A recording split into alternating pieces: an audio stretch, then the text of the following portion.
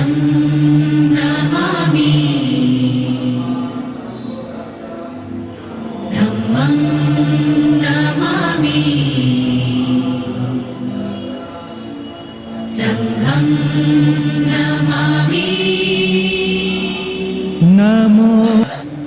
सभी को नमो बुद्धाय, जय भीम। मैं निशा यूटीवी चैनल से आप सभी का स्वागत करती हूँ। आज हमें संगाराम बौद्ध विहार जो ईस्ट ऑफ लोनी रोड पे है, और आज हमारे साथ हैं भिक्षु बीपी थिरो ज्योति जी। वर्षावास जिस बुद्ध विहार पर भारी संख्या में भिक्षु लोग करते हैं, वर्षावास के उपलक्ष्य में हर अमावस्या और पूर्णिमा के दिन भिक्षु जो हैं उपोषित लेते हैं। उपोषित के माध्यम से समाज को बुद्ध के मार्ग से परिचित कराने में अहम भूमिका निभाते हैं।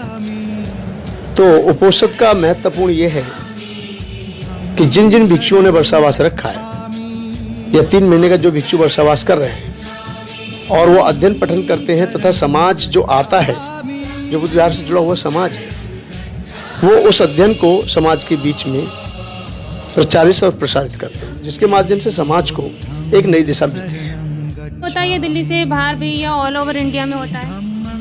जी देखिए, जहाँ भी बौद्धों की संख्या है, ये क्षेत्रीय कार्यक्रम नहीं होता है, जिला स्तरीय भी नहीं है। पूरे विश्व में जहाँ भी आज बुद्ध को लोग मानते हैं, जो भगवान बुद्ध के अनुयायी हैं, समस्त देशों में बड़े हर्षोल्लास के साथ उपोषित को मनाया जाता है। क्योंकि हमारे देश में थेरवादी परंपरा और महायानी हीनयानी परंपरा रही है शुरू से, तो थेरवादी परंपरा में उपोषित का बहुत ज़्यादा महत्व माना जाता है। Thailand, Japan, Korea, Mongolia, Laos, Indonesia, Myanmar, Sri Lanka, Bhutan, Japan और भी अनेक ऐसी कंट्री हैं जहाँ भारी संख्या में बौद्ध उपासक हैं। तो ये कार्यक्रम मैं ये नहीं कह सकता कि ये क्षेत्र में मनाया जा रहा है, ये हर उस राज्य में, हर उस देश में मनाया जाता है जहाँ बौद्धों की संख्या तथा बौद्ध भिक्षु उपोषित, उपवास और वर्षावास का कार्यक्रम आयोजित करते हैं। ये हर साल होता है? जी हाँ, ये हर साल होता है, क्योंकि 3 महीने का वर्षावास मनाया जाता है हर वर्ष।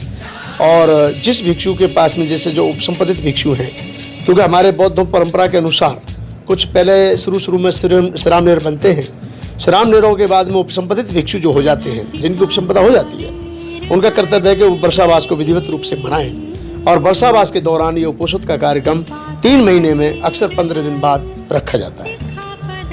अनेकों बुद्ध विहार पे कह सकते हैं, कभी कोई भिक्षु आयोजित करते हैं, कभी कोई और भिक्षु आयोजित करते हैं। तो इसलिए हमारे लिए बड़े खुशी का विषय है कि अखिल भारतीय भिक्षु महासंघ के मुख्यालय पर इस कार्यक्रम को आयोजित किया गया, जिसमें सैकड़ों बौद्ध उपासक और बौद्ध भिक्षुओं ने भी अच्छे रूप में भाग लिया, भारी संख्या में भाग लिया, और बड़े ही हर्षोल्लास के साथ उसको मनाया गया और सभी ने सामूहिक भोज का यहाँ पर आनंद प्राप्त किया। जी, ये सामूहिक भोज की जो बात आई, तो ये 12 बजे से पहले का क्या मतलब है? ये देखिए, जो भिक्षुओं के परंपरा और बौद्ध धर्म की पद्धति के अनुसार जो भिक्षुओं का भोजन दान होता है, वो 12 बजे से पहले होना चाहिए, ऐसा नियम है।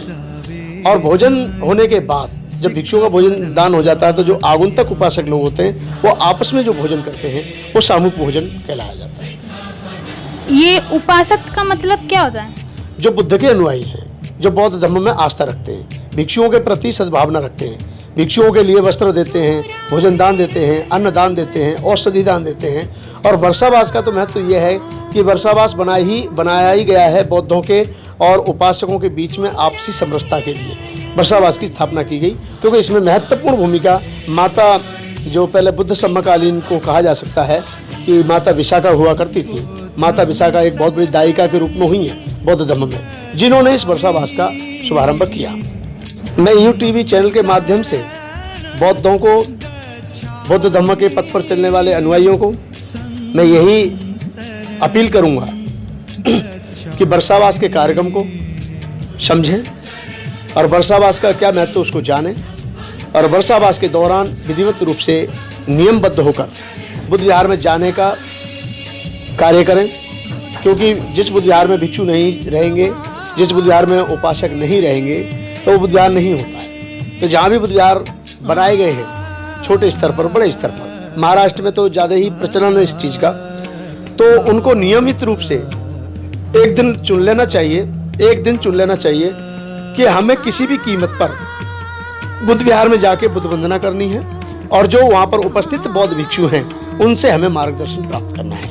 यदि हमारे मन में ऐसी भावना रहेगी तो बौद्धों का ज़्यादा से ज़्यादा विकास होगा और बौद्ध भिक्षुओं के और उपासकों के बीच में एक प्रेम भावना बढ़ेगी और देश को एक संदेश जाएगा, शांति का संदेश। क्योंकि बुद्ध ने जो संदेश दिया है वो शांति का संदेश दिया है, मोहम्मद साहब ने शांति का पैगाम दिया है, ईसा मसीह ने जी भी ने दिया है, गुरु नानक जी ने भी दिया है। जितने भी हमारे बीच में साधु संत सूफी फकीर हुए हैं उनमें सर्वोपरि बुद्ध रहे और बुद्ध से प्रेरणा लेकर के इन सभी ने शांति का संदेश इसलिए दिया कि हम सब में बंधुता, प्रेम, करुणा, मैत्री, भाईचारा बना रहे।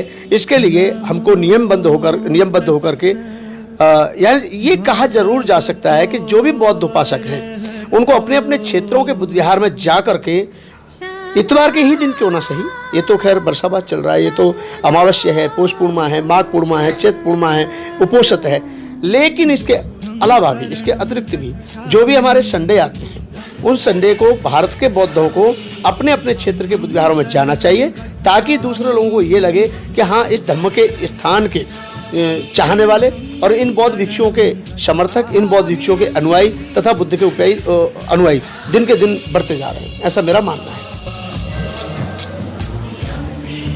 बुद्धं शरणं गच्छामि, धम्मं शरणं गच्छामि, संघं शरणं गच्छामि।